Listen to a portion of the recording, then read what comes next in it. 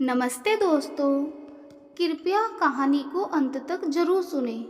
चलिए कहानी शुरू करते हैं। नीलम और मनीष एक ही ऑफिस में काम करते थे।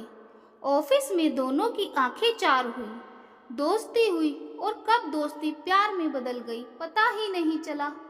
दोनों एक दूसरे को हमसफर बनाने का वादा कर चुके थे। घरवालों की रजामंदी से दोनों की बहुत ही धूमधाम से शादी भी हुई और नीलम अपनी आंखों में शादी के बाद के हसीन सपने संजोए मनीष के घर आ गई। मनीष एक मध्य वर्गीय परिवार का लड़का था। मनीष के घर में उसके माता पिता और एक बहन कोयल थी जिसकी शादी हो चुकी थी। मनीष को उसके माँ बाप ने पढ़ा लिखा कर इस काबिल बनाया कि वह आज इतने अच्छे पद पर था। पर मनीष की माँ की सोच बहुत ही संकीर्ण थी, साथ ही वह गुस्से वाली भी थी। दूसरी तरफ नीलम खुले विचारों की लड़की थी। नीलम मनीष के परिवार वालों के साथ पूरा एडजस्ट करने की कोशिश करती थी और मनीष की माँ का पूरा ध्यान रखती थी। शादी होने के बाद नीलम ने ससुराल के रीति रिवाजों के अनुसार रहना शुरू कर दिया था। मनीष की माँ चाहती थी कि वह साड़ी पहने, सिर पर पल्लू रखे और एक भारतीय नारी की तरह वह अच्छे से रहे। ऑफिस जाते समय सूट पहन सकती है। उनके घर परिवार वाले सब आस पड़ोस में ही रहते थे, तो उनकी बहू को देखकर किसी बात पर छीटाकशी ना करें। परिवार में नीलम के खिलाफ कुछ बातें ना हो, इसीलिए वह चाहती थी कि वो हमेशा सादगी से रहे। पूरे परिवार में पहली बड़ी बहू बनकर आई थी नीलम। शादी के कुछ महीने बाद नीलम एक दिन ऑफिस जींस टी शर्ट में जाने को तैयार हुई। सासू माँ ने देखते ही उसको टोक दिया और बोली, तुझे पता नहीं यहाँ पर घर परिवार के सभी लोग रहते हैं और न जाने क्या क्या बातें कहेंगे। ऐसे कपड़े पहनकर जाएगी ऑफिस तो। और नेहा को भला बुरा कहना शुरू कर दिया। सास बोली कि लोग देखेंगे तो क्या कहेंगे, चार बातें बनाएंगे।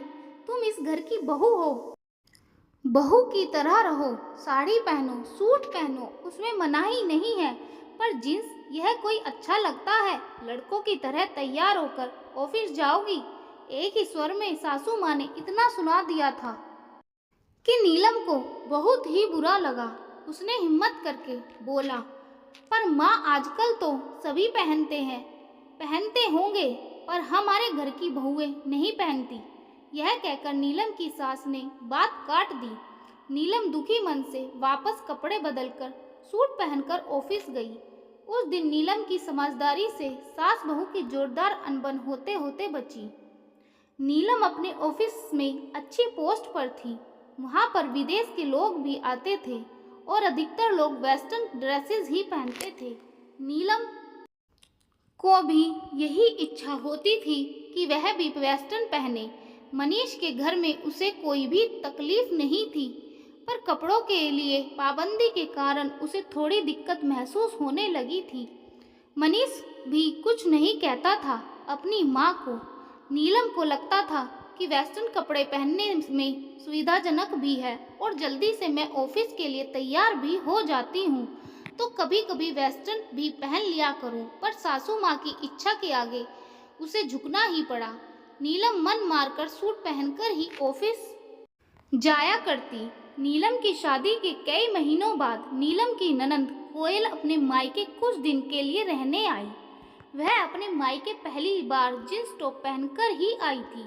सासू माँ अपनी बेटी को देखकर बहुत ही खुश होकर बोली, कोयल, तेरे तो दो इतने बड़े बड़े बच्चे हो गए, फिर भी तुम बिल्कुल लड़की जैसी ही लग रही हो। बहुत ही फिट मेंटेन, कोई कह ही नहीं सकता कि इतने बड़े बच्चों की माँ हो तुम। बहुत ही अच्छा लग रहा है तेरे ऊपर बेटा यह ड्रेस। सासू माँ ने खुशी से कहा।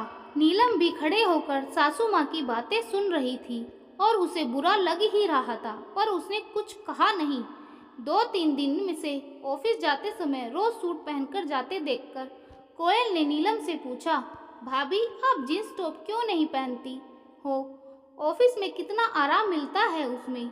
हाँ दीदी, पर क्या? भाभी वही पहना करो।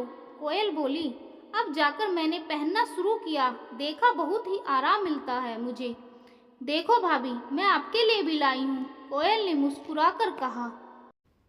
पर दीदी, मम्मी जी तो मना करती हैं। तभी कोयल ने मम्मी से पूछा, क्यों मम्मी, आप भाभी को क्यों मना करती हो?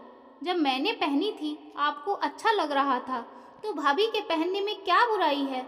वैसे भी भाभी ऑफिस जाती है, वहाँ तरह तरह के लोग आते हैं।